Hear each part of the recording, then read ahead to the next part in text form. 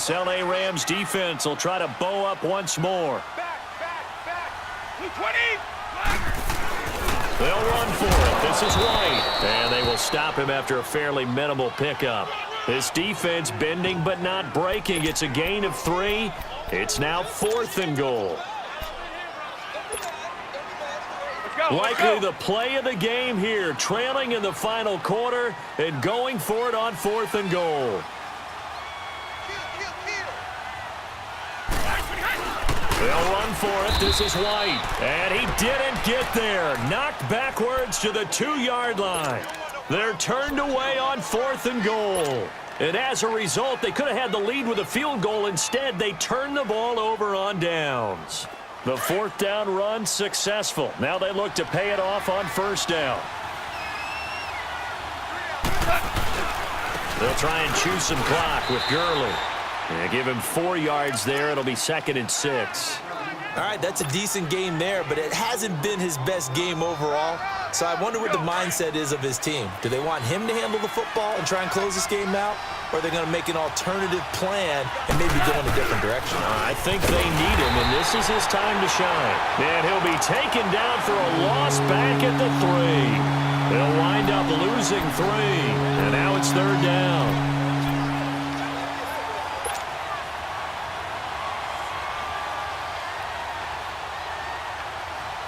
The Rams on 3rd down. They've hit 2 for 4 thus far. This is 3rd and 9. From his goal line here, Goff. That's going to be complete to his tight end, Everett. And able to get it across the 20 before they get to him. His first catch, and it's a pretty big one. They get the conversion on 3rd down. Now they can breathe a little easier, some room to operate as they've got it 1st and 10 now out past the 20. Goff turns and gives to Gurley. And nothing doing. He's immediately taken down at the line of scrimmage. No gain on the play there, 2nd down.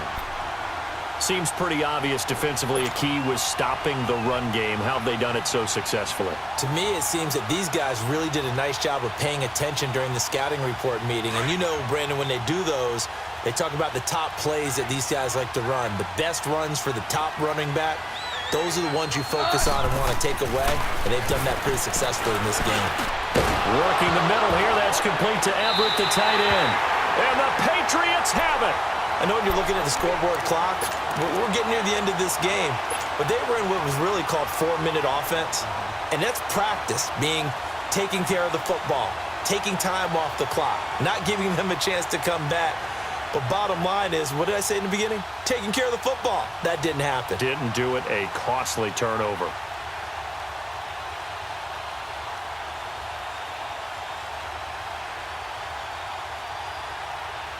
So from the 36 now, 1st and 10.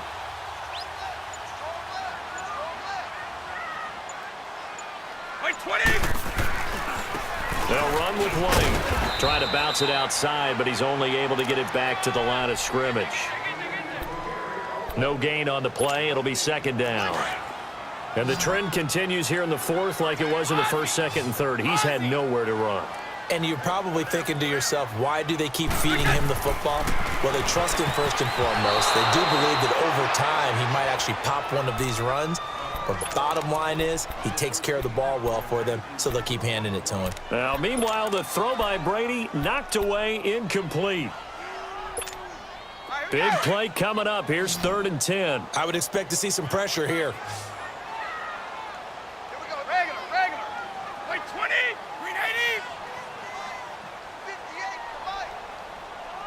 And the blitz does come. Into a double team, and it's intercepted. Picked up by Mikel Roby-Coleman. And a big turnover there as his guys will get the football back. Scoring has really been at a premium. And, Charles, you got to tip your cap to this defense coming in here. Their offense, too, but this whole team coming in here on the road, getting a hard-fought win. I think the way that they're finishing this one up, an exclamation point on a terrific game. As you noted, hard for them to put points on the board, and they hold them down one more time and finalize things. They'll try and start the drive with Gurley. And a short gain across the 15 to the 17-yard line. Devin McCourty brings him down. Brandon, you know how many times we've done games, and at the start of the fourth quarter, we see both teams hold up the four fingers. Fourth quarter is ours. Well, how about this drive? You saw the four fingers for 4-minute offense, and this offensive line has really hunkered down and established themselves. Now, this is where they say, put the game on our shoulders, we'll lead the way, right? No doubt about it. And let me tell you, if you're a running back, all you want to do is get behind those big fellas, have a little vision, and find some space. And a solid way to do that on the first play of the drive there. One of the bigger plays in the game thus far. The crowd getting into it as we come up on a big third down. Here's Goff. Hard throw, incomplete. Anytime a defense can sit back in a zone like that, it tends to create a lot of congestion in the middle of the field. Makes it very hard to slot one in. Looked like I-4 at rush hour in your hometown of Orlando, Florida. An absolute mess. And here's a big one now. Try to hold this lead. They're going to go for it here on fourth down.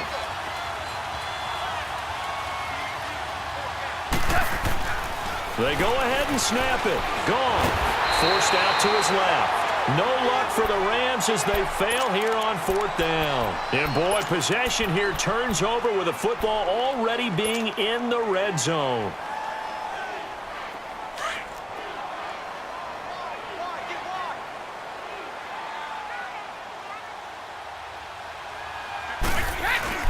Now a first down carry. It's Michel. And he'll take this one down near the 15. 3 yards on the pickup there, and it'll be second down. Partner, you know I love to point out when teams break tendency and do something a little bit different from the norm. But when you run the ball in the first play of the drive, that's not a tendency breaker at all. That's just trying to establish yourself as you move forward. And it's still about 3 yards shy of a first as the 4-yard pickup brings it to third down. Now Brady. Oh, they would have gotten the conversion if he could hold on. Instead, the drop means it'll be fourth down.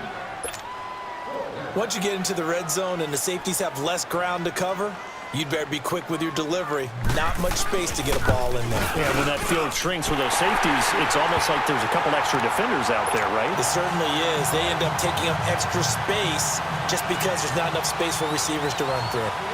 So the drive here ends with a field goal. It does give them the lead, but this one's still certainly a long ways from over. It definitely puts a lot of pressure on your defense to hold the lead, right? They're happy to have it and happy to be out there trying to do so.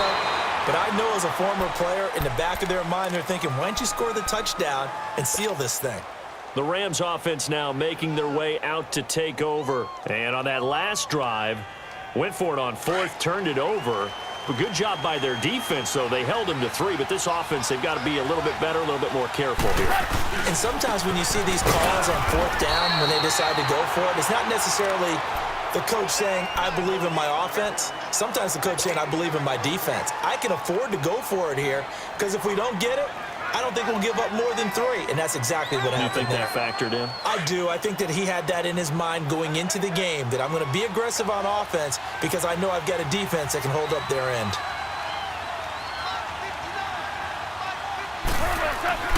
To throw on second down is gone. Flush to his right. He's got his tight end on the corner route. It's complete. And he finally goes down at the 23-yard line.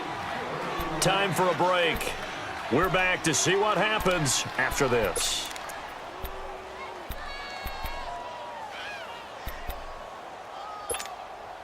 So barely time to catch our breath. Here's 1st and 10 just outside the red zone. Yet another carry here tonight for Gurley. And he'll be taken down near the 20 at the 21. Give him 3 on first down. It'll set up a 2nd and 7. I like the call there because that was one to take time off the clock and get them closer to getting out of here with a W. In the mind of the play caller, all you want to hear is tick, tick, tick.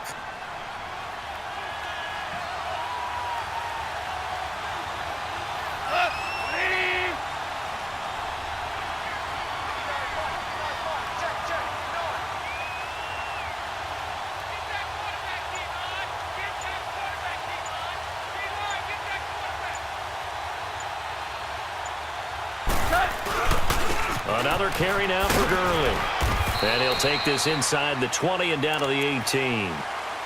Now we're going to get a timeout here called by the Patriots. It's just their first. They've got 2 more to use here in the final stages.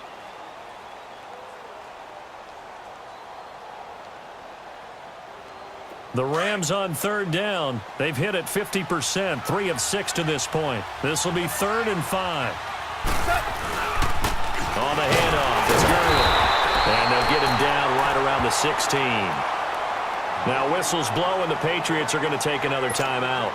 That'll leave them with just 1 remaining in this 4th quarter of play.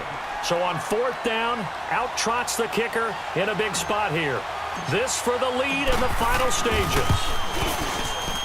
And Zuerlein's kick is good. And the sideline celebrates as they have taken the lead in the final minute. All right, so time to reset here. It's a huge kick there, gives them the lead, but they've got to be careful that their celebrations aren't a little too premature. You're exactly right about that, because there still is time for the other guys to run a few plays and get into field goal position. So this defense is going to need to come up with one final stop if they're going to get out of here with a victory. So the Patriots coming out now. They're only in need of a field goal, a decent amount of time on the clock. So tell me if I'm wrong. You don't have to be too panicked here. No, not at all. I agree with you. And this is where your preparation and your confidence comes into play.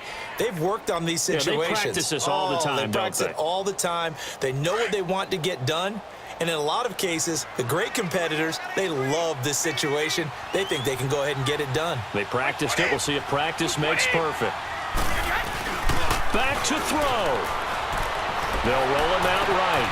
Throw to the right, taken in by Berrios. And out across midfield down to the 45. That one goes for 24 yards. At this stage, you've got to hustle. Got to get back to the line of scrimmage because you're saving that timeout to make sure you have a chance to get your kicker out there for the big shot. Go!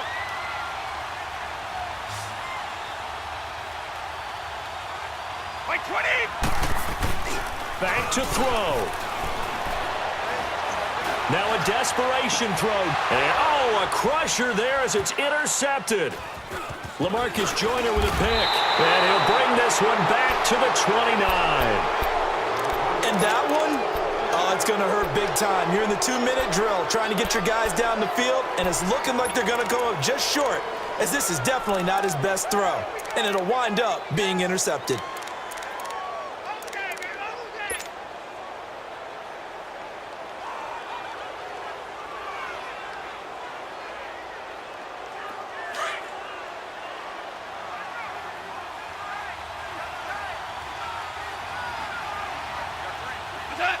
Victory all but assured now as they take a knee here, and they're going to escape with a 1-point victory.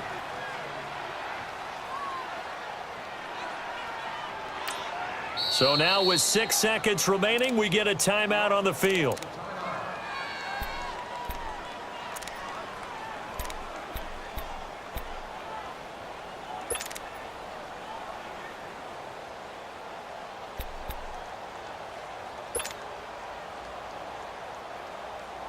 Here we go.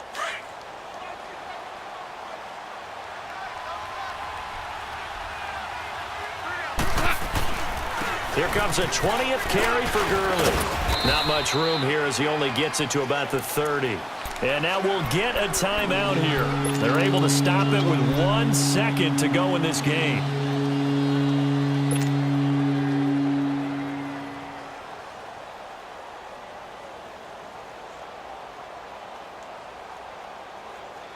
The Rams on 3rd down, 3 for 7 so far in this game. This is 3rd and 8.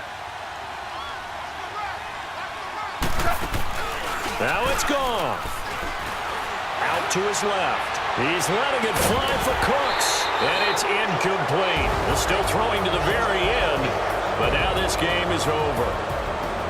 Well, Charles, the old saying, the old cliche, if you will, points at a premium, that certainly applied here, didn't it? And that almost like opened up a time capsule, didn't it? Old school football. Low scoring, close game. What a way to finish it up. You loved it, didn't you? I You loved did. the defenses. I certainly